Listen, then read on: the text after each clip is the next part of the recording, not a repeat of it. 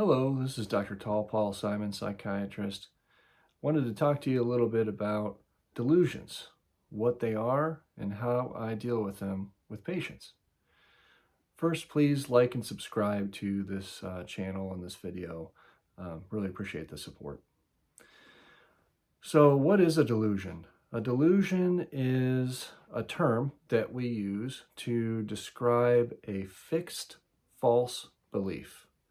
Now, fixed being stuck, okay? So a belief that somebody holds no matter what, even if confronted or faced with contrary or conflicting evidence.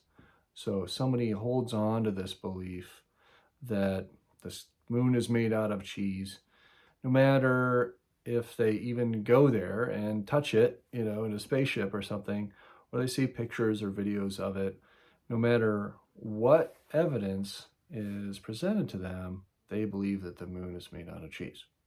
It doesn't matter what anybody can say to contradict that. Now, the second part of the definition of a delusion being false belief is that the belief is false. Objectively to other people, it's not true. So in the case of believing that the moon is made out of cheese, everybody knows that it's not made out of cheese, but if somebody believes it and they're confronted with it, the fact that it's made out of rocks and dust and ice and stuff, no matter what evidence you present to them, they're going to be fixed on that belief, okay? Even though it's false and people confront with them that it's wrong, their opinion is wrong. So it doesn't matter how good your argument or explanation that they're wrong is, they're not going to change their opinion. So sometimes we see that a little bit in politics, extreme politics these days, or beliefs about things, in social, cultural phenomenon today in modern times. But technically, a fixed false belief is considered a delusion. So there are some situations where I have to deal with this as a psychiatrist. One example, perhaps a more extreme example, would be where somebody believes that they're being followed by the FBI, or they think they're being spied on by somebody. Now, in my case, I have no way to disprove somebody's belief that they are being followed by the FBI. But I recognize that in certain situations, that's extremely unlikely. So, for example, somebody might, work at a grocery store and have a simple life, or they might work in a factory somewhere and not have any reason to be followed by the FBI. And so it's highly unlikely that they'd be followed, okay? So I may start to get the suspicion that the person's belief that they're being followed by the FBI is false, okay? And if I start questioning them, they will not be able to or willing to consider the possibility that they are in fact not being followed by the FBI. So it's fixed and likely false. So knowing the definition of a delusion, that somebody will hold on to that belief no matter what, and not even be able to entertain really seriously the possibility that that belief is false, then I start to suspect that, okay, this is a delusion that I'm dealing with. Now, how do I address that? Well, it depends on the situation.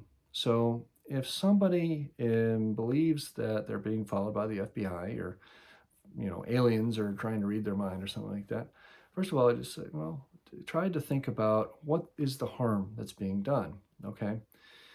So if somebody believes that they're aliens that are, reading their mind or something, or watching them, and it doesn't bother them, it doesn't cause them much suffering, they're just believing that, and it's not leading to any dangerous behavior, or it's not significantly impairing their life.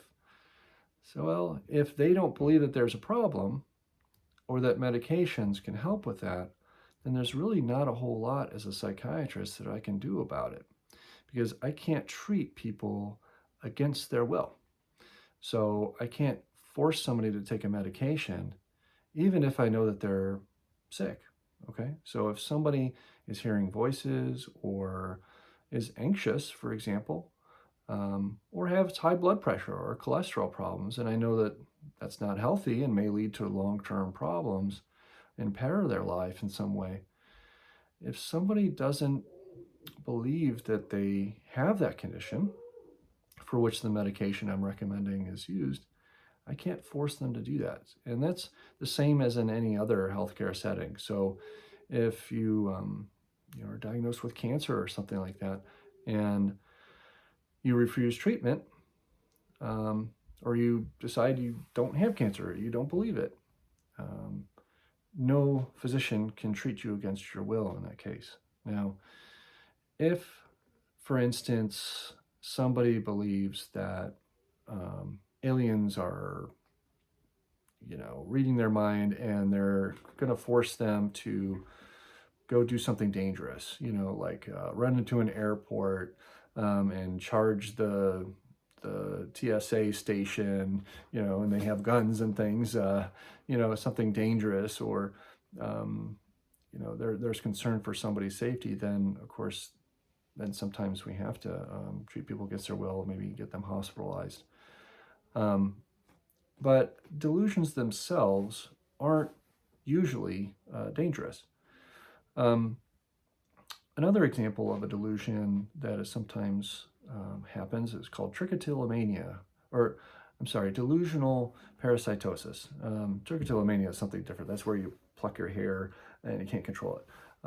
Delusional parasitosis is something where somebody believes that there are parasites on them, on their skin, and they can't get them treated, and they'll present themselves to dermatologists and infectious disease doctors and say, "Don't you see it? Don't you see it?" And they'll try to, look with a magnifying glass, and they'll swear up and down that there's something crawling on them, and there might be a little speck of dried skin or something, but there's no parasites there, and they continue to believe that, even though they have all the experts looking at their skin and examining them, and it's a fixed false belief.